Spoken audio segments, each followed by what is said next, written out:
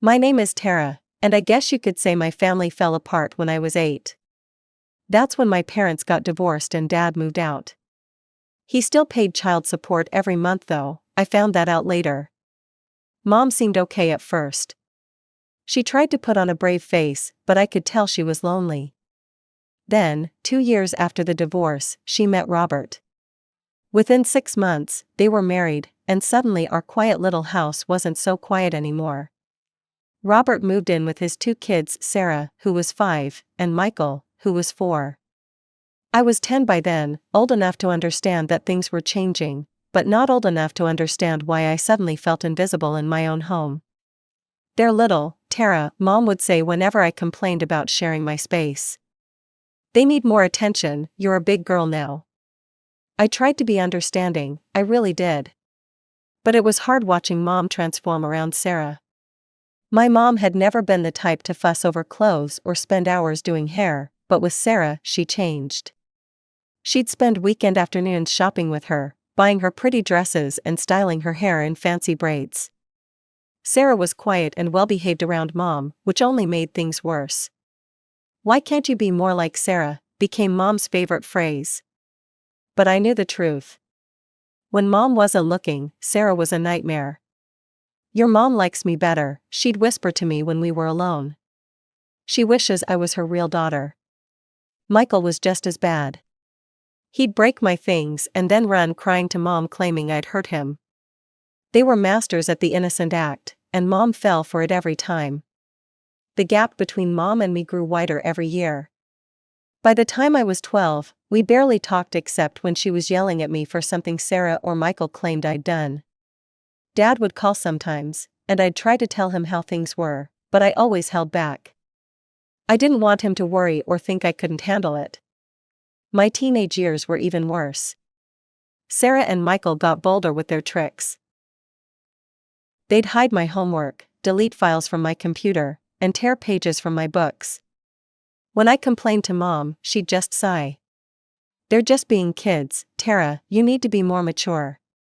Robert wasn't any help either. He spoiled his kids rotten and expected Mom to do the same. And she did, buying them expensive gifts while I got the bare minimum. "We don't have money for that," she'd say when I asked for new shoes for track, but somehow there was always money for Michael's video games or Sarah's dance lessons. The worst day came when I was 15.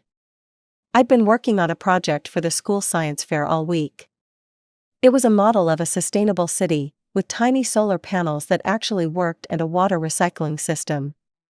I was really proud of it, and I had a good chance of winning first place. I'd gone out to grab lunch, and when I came back, my project was ruined.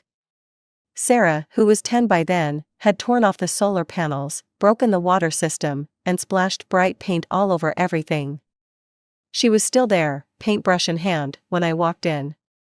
"Oops," she said with a smirk, "I was just trying to make it prettier." Something in me snapped. After years of taking their abuse, I couldn't hold back anymore. I grabbed her by the shoulders and pushed her face into the same paint she'd used to destroy my work.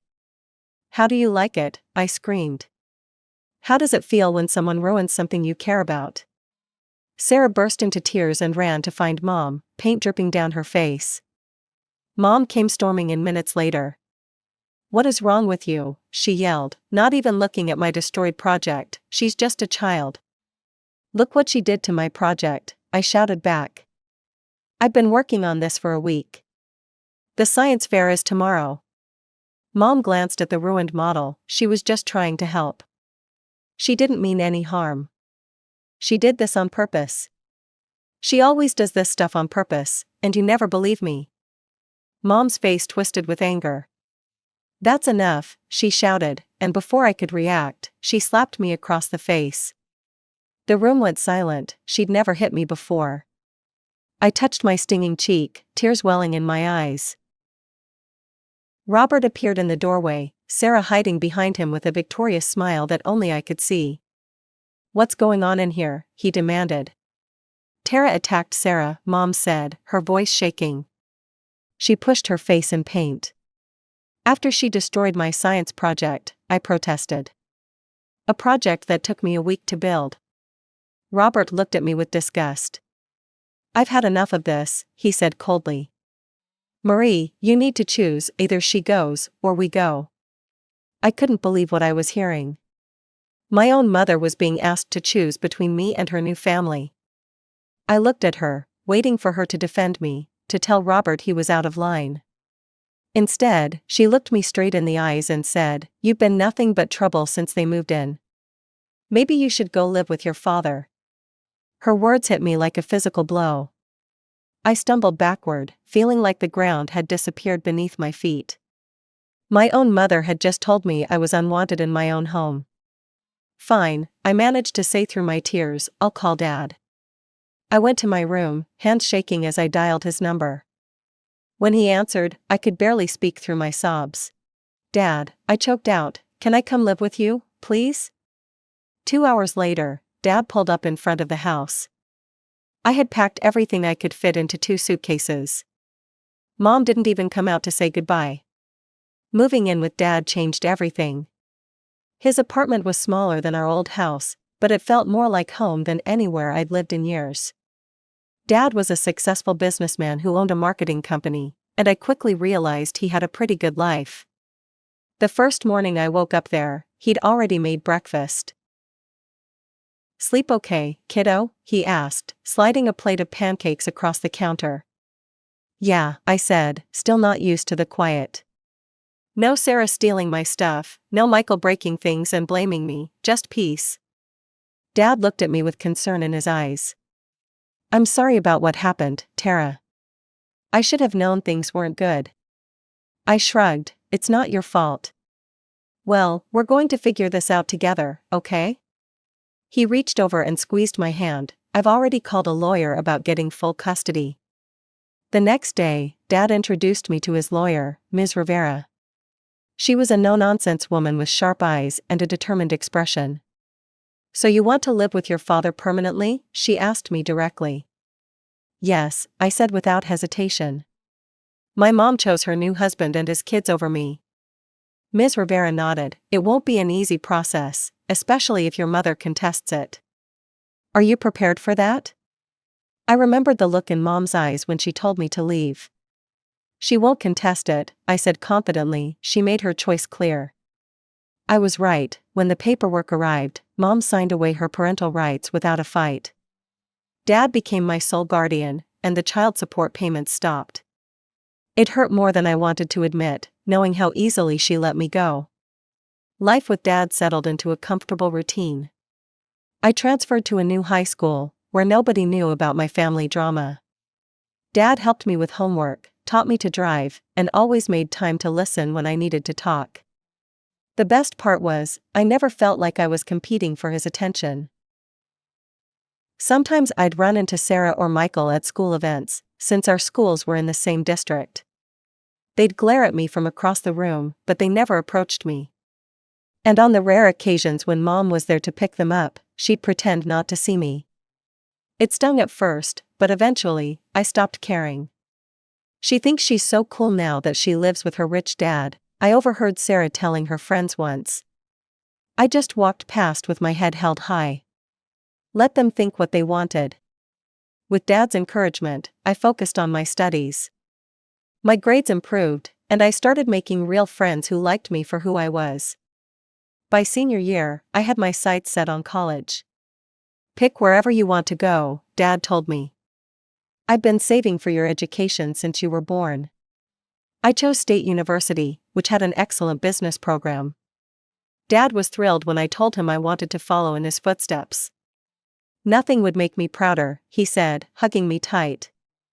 The day I graduated high school, I scanned the audience for Mom's face out of habit. She wasn't there, of course.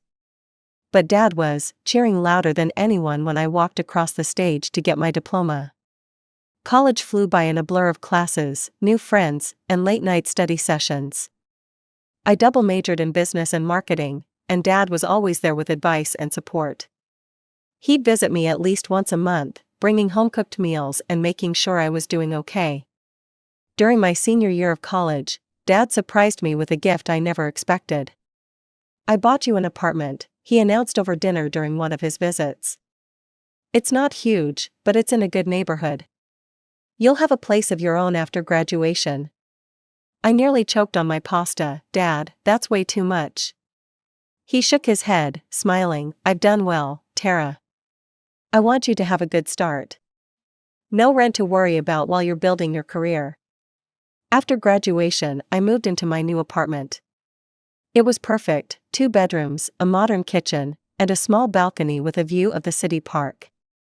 Dad had even furnished it for me. True to his word, Dad also offered me a position at his company. I started at entry level, despite his ownership, because we both agreed I should earn my promotions. I worked hard and learned quickly. By the time I turned 25, I'd been promoted twice and was managing my own team. Dad was obviously proud but never made a big deal about it at work. For 3 years, life was pretty much perfect. I had my own place, a job I loved, and a dad who supported me in everything I did. I barely thought about Mom or my step-siblings anymore. That chapter of my life seemed firmly closed. Then one ordinary Tuesday, everything fell apart again.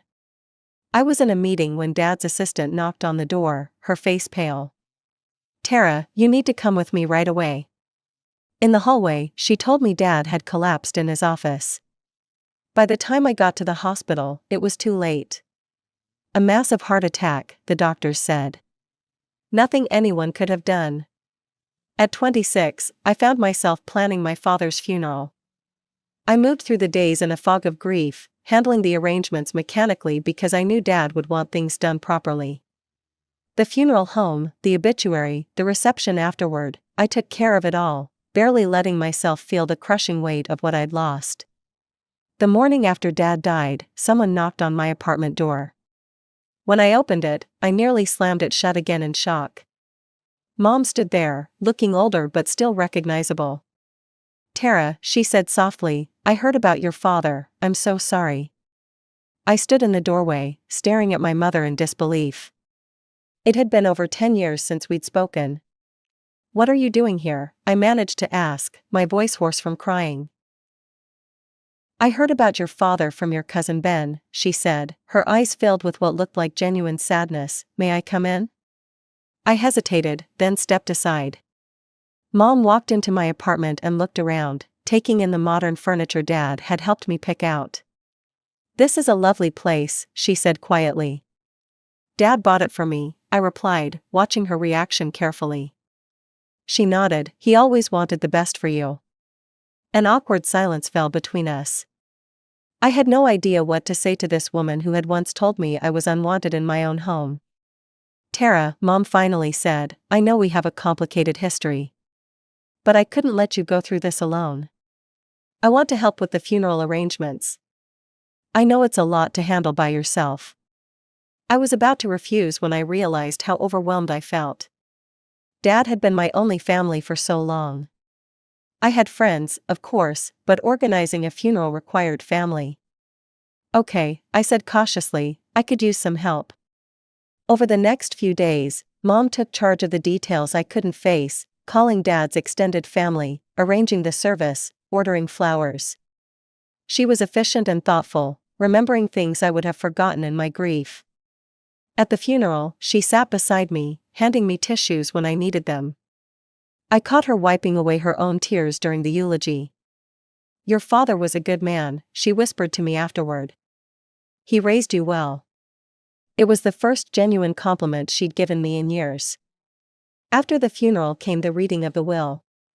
Mom offered to come with me, and I accepted. The lawyer explained that Dad had left me everything, his house, his company, and all his savings. It was a substantial inheritance, more than I'd expected.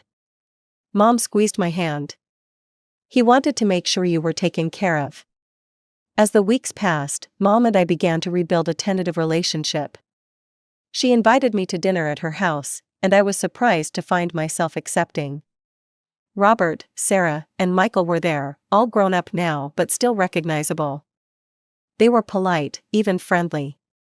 Sarah, now 21, hugged me when I arrived. I'm sorry about your dad, she said. And I'm sorry about how we treated you when we were kids. Michael, 20, nodded in agreement. We were little jerks. I hope we can start over. I was suspicious at first, but their kindness seemed genuine. Robert was less enthusiastic but civil. We ate dinner together, and for the first time in years, I felt like I might have a family again. You should come over more often, Mom said as I was leaving. Our doors are always open for you. She pressed her house keys into my hand. In case you ever need to stop by. Later that week, as I sat alone in Dad's office at the company, trying to figure out how to run a business I wasn't ready for, Mom called to check on me. Are you doing okay? She asked. Not really, I admitted. I don't know if I can handle the company by myself. You don't have to do everything alone anymore, Tara, she said gently. You have us now. I started visiting Mom's house regularly. The more time I spent with them, the more I believed we had finally put the past behind us. We talked about what had happened when I was 15, and Mom actually apologized. I was wrong, she said, her eyes filled with regret. I chose Robert and his kids over you, and it was the biggest mistake of my life. I've regretted it every day since. I wanted to believe her, maybe I needed to believe her. Then the requests for money started. Small at first, Mom asking if I could help with a $150 utility bill because they were a little short this month. I gave it to her without hesitation. Then it was $200 for Michael's textbooks. Then $300 for car repairs. I didn't mind helping out, I had more than enough money now, and it felt good to be needed. Sarah and Mom started inviting me shopping, and somehow I always ended up paying for everything. I'd walk around the mall with them, Sarah trying on outfit after outfit, Mom encouraging her. That looks gorgeous on you, honey, Mom would say, then turn to me, don't you think so, Tara? And I'd nod and hand over my credit card at the register, telling myself this was what families did for each other. I began buying groceries for them too, showing up at their house with bags full of food. They always seemed genuinely grateful, especially Robert, who would clap me on the shoulder and say, "You're a good kid, Tara. Better than we deserved." One Friday evening, about 6 months after Dad's death, I decided to surprise them. I picked up food from their favorite restaurant, expensive steaks and gourmet sides, and drove to their house. I used the key Mom had given me to let myself in quietly, planning to set up dinner as a treat. I could hear laughter coming from the living room as I entered. The TV was on, music playing quietly beneath their conversation. I was about to call out when I heard my name. "Tara's such a pushover," Sarah was saying, her voice slurred slightly. "She must have been drinking. All I have to do is pretend I like her stupid business stories, and she buys me whatever I want." I froze in the hallway, the bags of food heavy in my hands. "It's not fair that she got all that money and property," Sarah continued, her voice bitter. "She doesn't even deserve it, she's not smart enough to run that company." "She is pretty stupid," Mom agreed, and I heard the clink of ice in a glass. "Always has been, easy to manipulate." My heart pounded in my chest. I wanted to storm in there, to confront them, but something held me back. I needed to hear more. "We need to keep playing nice," Robert said, his voice practical. "She's our meal ticket now." "Don't worry," Mom replied, laughing, "I've already got a plan. Sarah, you should ask to move into her second apartment. The one she doesn't use. She'll say yes because she's desperate to be part of the family. And then we convince her to give it to me," Sarah finished. "Don't forget to ask for money," Michael chimed in, "I want a new car." "I'll keep playing the loving mother," Mom said, and they all laughed. I'd heard enough, my hands were shaking so hard I nearly dropped the food. Quietly, I backed up to the front door, then opened and closed it loudly. "Hello?" I called out, trying to keep my voice steady. "I brought dinner." Mom appeared in the hallway, her face lighting up with what I now knew was fake affection. "Tara, what a wonderful surprise," she hugged me tightly, and it took everything in me not to push her away. I managed to keep my composure through dinner, smiling and nodding while my stomach churned with disgust. I made up an excuse about an early meeting and left after just 15 minutes. As I drove home, tears blurred my vision. How could I have been so stupid? They hadn't changed at all. For the next few days, I avoided their calls. I needed time to think, to process what I'd heard. Part of me wanted to confront them immediately, to tell them I knew exactly what they were doing. But another part of me, the part that had learned to be strategic from working with Dad, thought it might be better to wait. Sure enough, Mom called a week later. "Tara, honey, we haven't seen you in days. I was hoping you could come over tonight. We need to talk about something important." "I'll be there at 7, I said, knowing exactly what was coming. When I arrived, the whole family was waiting in the living room. Mom had made my favorite dessert, clearly trying to butter me up. Sarah was practically bouncing with excitement. "Tara," Mom began, taking my hands in hers, "we wanted to talk to you about Sarah's situation. She's 21 now, and she has a serious boyfriend, Jason. They've been looking for a place to live together, but as you know, rent is so expensive these days." I noticed Sarah had conveniently brought Jason along. He gave me an awkward wave from the couch. "We were thinking," Mom continued, "since you have that second apartment that's just sitting empty, maybe Sarah and Jason could stay there? Just until they get on their feet." I tilted my head, pretending to consider it. "I'll think about it." Sarah squealed and rushed over to hug me. Thank you, thank you, thank you, I knew you'd understand." The next day, Sarah texted me, "Just gave notice at my apartment. Jason and I can move in this weekend, let me know where to pick up the keys." I didn't respond right away. Let her think she had me wrapped around her finger one last time. 2 days later, Sarah called me, her voice frantic. "Tara, we're outside your apartment with all our stuff, but you're not here. Where are you? We need the keys." I took a deep breath. "Sarah, I never said you could move into my apartment." There was a moment of stunned silence. But you said you'd think about it." "Yes, and I did think about it, the answer is no." "You can't do this to us," she shrieked, "we have nowhere to go. We already gave up our apartment." "That sounds like a you problem," I said coolly. "You should have waited for a definite answer before giving notice." "But we're family," her voice cracked with what I might have believed was genuine distress if I hadn't overheard their conversation. "Are we, Sarah? Because I heard you all talking about me last week. I heard what you really think of me." Another silence, longer this time. "What are you talking about?" "I was there, Sarah, I heard you call me stupid. I heard Mom laughing about manipulating me, I heard your plans to take advantage of me." That was just a joke," she stammered, "we were just kidding around." "Well, now it's my turn to laugh," I said. "Enjoy looking for a new apartment." I hung up. Mom called next, her voice alternating between pleading and angry. I let it go to voicemail. Then she showed up at my office, causing a scene in the lobby until I agreed to see her. "How could you do this to your sister?" she demanded as soon as the door closed behind her. "Stepsister," I corrected, and easily. "The same way you chose them over me 11 years ago." Mom's expression changed, softening into the concerned maternal look I now recognized as completely fake. "Tara, sweetheart, I know we've had our problems, but we've moved past all that, haven't we? We're a family again." I laughed bitterly. "We were never a family. You made that clear when I was 15, and you made it clear again when I heard you planning to use me for my money."